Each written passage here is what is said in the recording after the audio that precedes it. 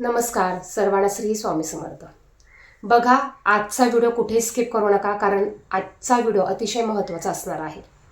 गुरुपौर्णिमा आपल्या सर्वांचीच लाडकी, आपल्या सर्वांचीच आवडती, किंवा आपण ह्या दिवसाची आतुरतेने वाट बघत असतो तो दिवस म्हणजे गुरुपौर्णिमा।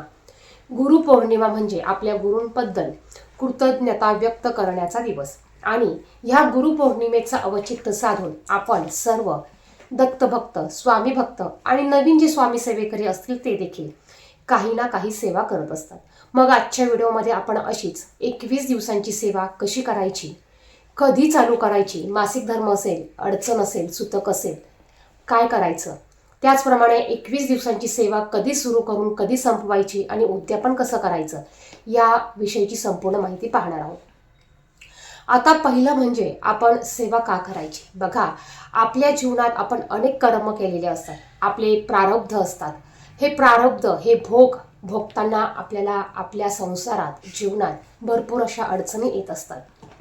आपल्या कर्मानुसार, आपल्या भोगानुसार आपल्याला आपल्या आयुष्यात समस्या ह्या येत असतात।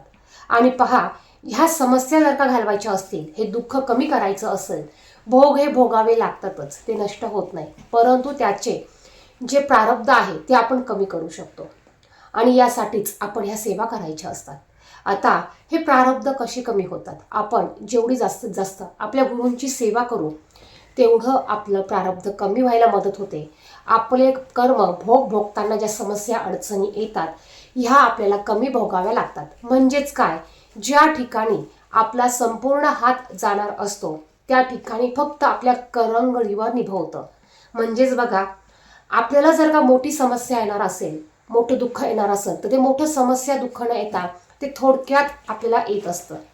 आपल्या जीवनात आपण कष्ट करतो, पैसा कमवतो, कष्ट करून नशिबाला साथ मिळत नसेल तर ह्या नशिबाला साथ मिळण्यासाठी, नशिबाला जोड मिळण्यासाठी आपल्याला ह्या सेवा करायच्या आहे। गुरूंचं पाठबळ मिळण्यासाठी आपल्याला ह्या सेवा करायच्या आहे। ज्यावेळेस आपल्या पत्रिकेतील गुरु स्ट्रॉंग असतो, प्रबळ असतो, त्यावेळेस आपल्या जीवनात आपल्याला कुठल्याच प्रकारच्या अडचणी येत नाही। बघा, आपल्याला अडचणी असो अगर नसो, आपल्या आयुष्यात अडचणी येणार आहे का हे देखील आपल्याला माहिती नसतं, परंतु त्या अडचणी जरी आल्या तरी त्यातून आपण निभून निघावं यासाठी आपल्याला ह्या सेवा करायच्या आहेत। स्वामी भक्त असताल तर कमेंट बॉक्समध्ये नक्कीच श्री स्वामी समर्थ लिहायला विसरू नका। गुरुपौर्णिमा 2026 मध्ये 29 जुलैला आलेली आहे। आता 29 जुलैपर्यंत आपण भरपूर स्वामी भक्त 21 दिवसांच्या सेवा करत असतो। मग यामध्ये स्वामी चरित्र सारामृत या ग्रंथाचं विशेष करून पारायण केलं जातं। आता हे पारायण 21 दिवसांचं करतो आपण, काही जण 21 दिवसांचं नाही शक्य झालं तर 11 दिवसांचं करतात। मग 21 दिवसांचं पारायण करायचं असेल तर हे पारायण कधी सुरू करायचं, हे पारायण आपण 9 जुलैला सुरू करायचं आहे आणि 29 जुलैपर्यंत आपल्याला 21 दिवसांचं हे पारायण करायचं आहे। आता ह्या 21 दिवसांमध्ये महिलांना अडचणी येत असतात, मासिक धर्म येत असतो, मग ते 4 दिवस त्यांच्या सेवेमध्ये स्किप होतात। म्हणूनच तुम्ही ह्या सेवा 9 जुलैला न चालू करता तुम्ही ज्या दिवशी हा व्हिडिओ बघत आहात त्या दिवसापासून तुम्ही ह्या सेवेला सुरुवात करू शकतात। तुम्हाला जर का माहिती आहे ना की तुम्हाला अडचण येणार आहे, तुमच्याकडनं सेवा मध्ये खंड पडू शकतो, तुम्हाला बाहेर गावी जायचं आहे, तर मग तुम्ही ह्या सेवेला 9 तारखेला सुरुवात न करता तुम्ही 7 तारखेला करा, 6 तारखेला करा, 5 तारखेला करा। तुम्ही तुमच्या इच्छेनुसार ह्या सेवा तुम्ही करायला सुरुवात लवकर करू शकतात। असं काहीच बंधन नाही की 9 तारखेला सेवा चालू करायची आणि 29 तारखेला संपवायची। 29 तारखेला जरी तुमच्या सेवा संपल्या नाही, पूर्ण 21 दिवसाच्या सेवा झाल्या नाही, तरी तुम्ही 29 तारखेनंतर देखील तुमच्या 21 दिवसांच्या सेवा ह्या कंटिन्यू करू शकतात।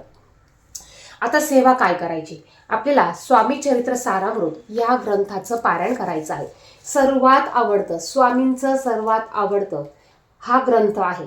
हा ग्रंथ जर का तुमच्याकडे नसेल तर तुम्हाला तो तुमच्या जवळच्या स्वामींच्या केंद्रातून घेऊन यायचा आहे। कारण काय असतं ना की जसे जसे आपली सेवेचे दिवस जवळ येतात तसं तसं हा ग्रंथ आपल्याला लवकर उपलब्ध होत नाही। तुम्हाला जर का सेवा सुरू करायची असेल तर तुम्ही आत्ताच तुमच्या जवळ जिथेही स्वामींचं केंद्र असेल तिथून तुम्ही हा ग्रंथ उपलब्ध करून घ्यायचा आहे। या ग्रंथामध्ये 1 ते 21 अध्याय दिलेले आहेत। हे 1 ते 21 अध्याय आपल्याला रोज एका बैठकीत पठण करायचे आहे, वाचन करायचे आहे।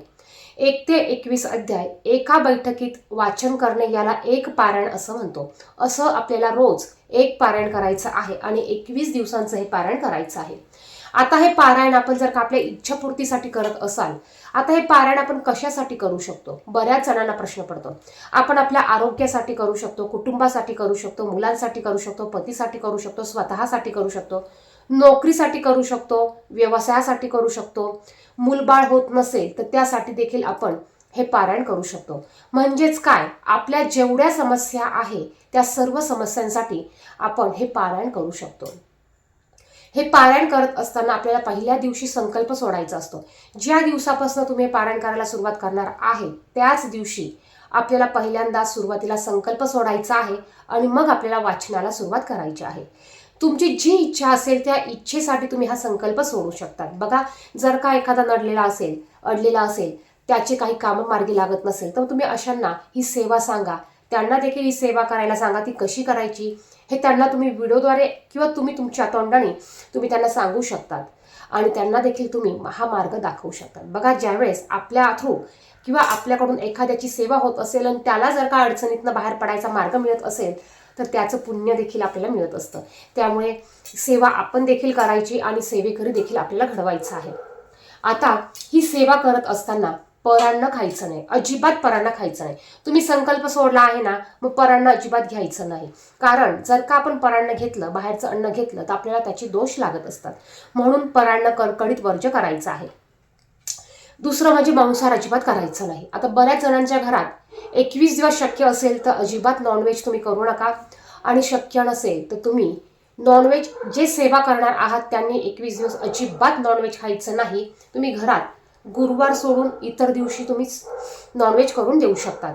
परंतु जर का तुमची सेवा राहिलेली असेल, तुम्ही सकाळी नॉनव्हेज करताल, संध्याकाळी सेवा करताल, तर तसं चालणार नाही. तुम्ही सकाळची सेवा तुमची करून घ्या, त्यानंतर संध्याकाळी तुम्ही घरात नॉनव्हेज बनवून देऊ शकता. आता बघा, संकल्प कसा सोडायचा. आता जर का तुमची एखादी कुठली पण इच्छा असू द्या, संकल्प सोडताना तुम्हाला तामण किंवा ताट घ्यायचं आहे, उजव्या हातात तुम्हाला पाणी घ्यायचं आहे, त्यात तुम्हाला थोडीशी हळदी, कुंकू, अक्षदा, एखादं फूल टाकायचं आहे, तुमचं नाव घ्यायचं आहे, तुमचं जे पण नाव असेल ते बोलायचं, तुमचं गोत्र बोलायचं. गोत्र माहिती नसेल तर नाव घेऊन काश्यप गोत्र म्हणा. मी ही सेवा गुरुपौर्णिमेनिमित्त 21 दिवसांची मी ही सेवा गुरुपौर्णिमेनिमित्त 21 दिवसांची स्वामी चरित्र सारामृत या ग्रंथाचं पारायण करत आहे. या इच्छेसाठी मी हे पारायण करत आहे. माझी ही इच्छा पूर्ण करून घ्या आणि माझ्याकडनं ही सेवा निर्विघ्नपणे पार पाडून घ्या, असं तुम्हाला बोलायचं आहे. बघा, फक्त मी ही सेवा किती दिवसांची करते ते सांगायचं, तुमची इच्छा सांगायची आणि तुमच्याकडनं हे पारायण पूर्ण करून घ्या अशी प्रार्थना स्वामींना करायची आहे. दुसरं म्हणजे आता 21 दिवस पूजेची मांडणी करायची का, तर अजिबात पूजेची मांडणी करण्याची गरज नाही. तुमच्या देवघरात स्वामींची मूर्ती, फोटो असेलच, नसेल तर तो तुम्हाला आणून घ्यायचा आहे. बघा, आपण सेवा करतो ना, मग आपल्या घरात छोटा का होईना किंवा मूर्ती छोटी का असाना आपल्या देवघरात असायलाच पाहिजे आहे. तुमच्याकडे नसेल, तुम्हाला सेवा करायची असेल तर तुम्हाला मूर्ती किंवा फोटो देखील आणून घ्यायचा आहे. रोज आपल्याला स्वामींना, मूर्ती असेल तर मूर्तीवर पाण्याने अभिषेक घाला, फोटो असेल तर फोटो स्वच्छ पुसून फोटोला, मूर्तीला तुम्हाला हिना अत्तर लावायचा आहे, अष्टगंध लावायचा आहे. त्यांच्या आवडीची फुलं, फळं तुम्ही त्यांना अर्पण करा. रोज नैवेद्य दाखवा, एका लोट्यामध्ये पाणी भरून ठेवा, नमस्कार करा, मुजरा करा, प्रार्थना करा आणि आपल्याला ही सेवा करत असताना आपली रोजची जी नित्यसेवा आहे ती सेवा देखील करायची आहे. आता आपल्याला जी सेवा करायची आहे ही सेवा आपल्याला एका बैठकीत बसून करायचा प्रयत्न करायचा आहे. तुमची जर का इच्छापूर्ती हवी असेल, तुमची नडलेली गोष्ट पूर्ण व्हावी जर का असं वाटत असेल तर तुम्हाला ही सेवा एका बैठकीतच करायची आहे. संपूर्ण दिवसभरात तुम्ही ही सेवा सकाळी, दुपारी, संध्याकाळी केव्हाही करू शकतात. फक्त तुम्हाला 12 ते 12:30 या वेळेत ही सेवा अजिबात करायची नाहीये. बघा, ही सेवा आपल्याला फक्त दुपारी 12 ते 12:30 या वेळेत करायची नाही. आता तुम्ही ही सेवा रोज एका टायमाला करायची आहे. तुम्ही जर का सकाळी सेवा करत असाल ना तर रोज सकाळी तुम्हाला सेवा करायची आहे. तुम्ही दुपारी करत असाल तर दुपारी करा आणि संध्याकाळी करत असेल तर रोज तुम्ही संध्याकाळी सेवा करायची आहे. एखाद्या वेळेला जर का आपल्याला काही अडचण असेल, काम असेल किंवा आपलं डोकं दुखतं, बरं नसतं, ताप येतो किंवा पाहुणे येतात, मग अशा वेळेस त्या वेळेला सेवा करायची राहून जाते. मग अशा वेळेस तुमची सकाळची सेवा राहिली असेल तर तुम्ही ती संध्याकाळी किंवा दुपारी करू शकतात.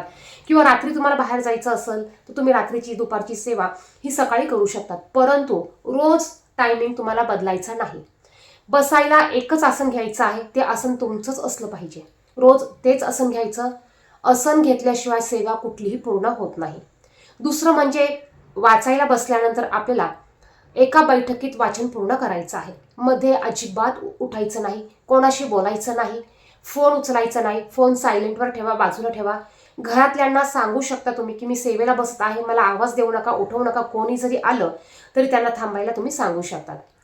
त्यानंतर आपलं वाचन पूर्ण झाल्यानंतर आपल्याला एक माळ श्री स्वामी समर्थ या मंत्राचा जप करायचा आहे. ज्यांना शक्य असेल त्यांनी 11 माळी श्री स्वामी समर्थ या मंत्राचा जप करा. 11 वेळा तारक मंत्र तुम्हाला म्हणायचा आहे किंवा तुम्ही 1 वेळा तारक मंत्र म्हटलं तरी चालेल. बघा, शेवटी सेवा होणं महत्वाचं आहे. आता बरेच स्वामी सेवेकरी एवढी सेवा करायची म्हणून सेवाच करत नाही. एका बैठकीत सेवा होत नाही म्हणून सेवाच करत नाही. बघा, आपल्याकडनं आपल्याला होईल तेवढी आपण सेवा करायची आहे. असं म्हटलं तर आपल्याकडनं कुठलीच सेवा होणार नाही. शेवटी सेवा करणं महत्वाचं आहे. मग ती तुम्ही कशी करता, किती करता, यापेक्षा तुम्ही किती मनापासून करतात, किती विश्वासाने करतात, किती स्वच्छ मन ठेवून करतात, हे महत्वाचं आहे. आता ज्यांना लहान मुलं असतील, ज्यांना एका बैठकीत सेवा करणं शक्य नसेल, मग त्यांनी 2 वेळेलाही सेवा करा. जर का तुम्हाला लहान बाळाला घ्यावा लागत असेल तर तुम्ही मध्ये लहान बाळाला घेऊ शकता, उठू शकता. पुन्हा स्वामींना क्षमा प्रार्थना मागा आणि आपल्या सेवेला तुम्ही सुरुवात करा. आता चुकून ह्या 21 दिवसात जर का तुम्हाला कुठे बाहेर जावं लागलं, सेवेला खंड पडला, तर मग काय करायचं? मग अशा वेळेस तुम्ही ती सेवा दुसऱ्या दिवशी सकाळी दुपारी, सकाळी संध्याकाळी, एकदा सकाळी एकदा दुपारी, असं 2 वेळेला तुम्ही ती सेवा पूर्ण करू शकतात. म्हणजेच काय, तुमचा खंड पडलेला दिवस तुम्ही दुसऱ्या दिवशी भरून काढू शकतात. जर तुमचे 11 गुरुवारचे व्रत चालू असेल तर मग त्या दिवशी तुम्हाला 11 गुरुवारच्या व्रताची सेवा देखील करायची आहे आणि तुमची ही सेवा देखील तुम्हाला करायची आहे. म्हणजेच काय, थोडक्यात तुम्ही एक सेवा सकाळी करा, एक सेवा दुपारी किंवा संध्याकाळी करा. या पद्धतीने तुम्हाला गुरुवारची सेवा करायची आहे. आता जर का तुम्हाला या दिवसात मासिक धर्म आला तर तुम्हाला 4 दिवस सेवा करता येणार नाही. 5व्या दिवशी डोक्यावरनं स्वच्छ पाणी घेऊन आंघोळ करून, घर स्वच्छ करून, घरात सर्वत्र गोमतीर शिंपडून तुम्ही सेवेला सुरुवात करू शकतात. आता ही सेवा आपल्याला 29 जुलैपर्यंत करायची आहे, म्हणजेच गुरुपौर्णिमेपर्यंत करायची आहे. आता ज्यांची सेवा मासिक धर्मामुळे किंवा इतर अडचणीमुळे 29 तारखेला पूर्ण झाली नाही किंवा होणार नसेल तर त्यांनी ती सेवा पुढे कंटिन्यू केली तरी चालेल. तुम्ही तुमची गुरुपौर्णिमा साजरी करा, त्या दिवशी सेवा करा आणि त्यानंतर तुमचे जितके दिवस 21 दिवसापर्यंत सेवा चालू असेल तितक्या दिवसापर्यंत तुम्ही तुमची सेवा ही कंप्लीट करू शकतात.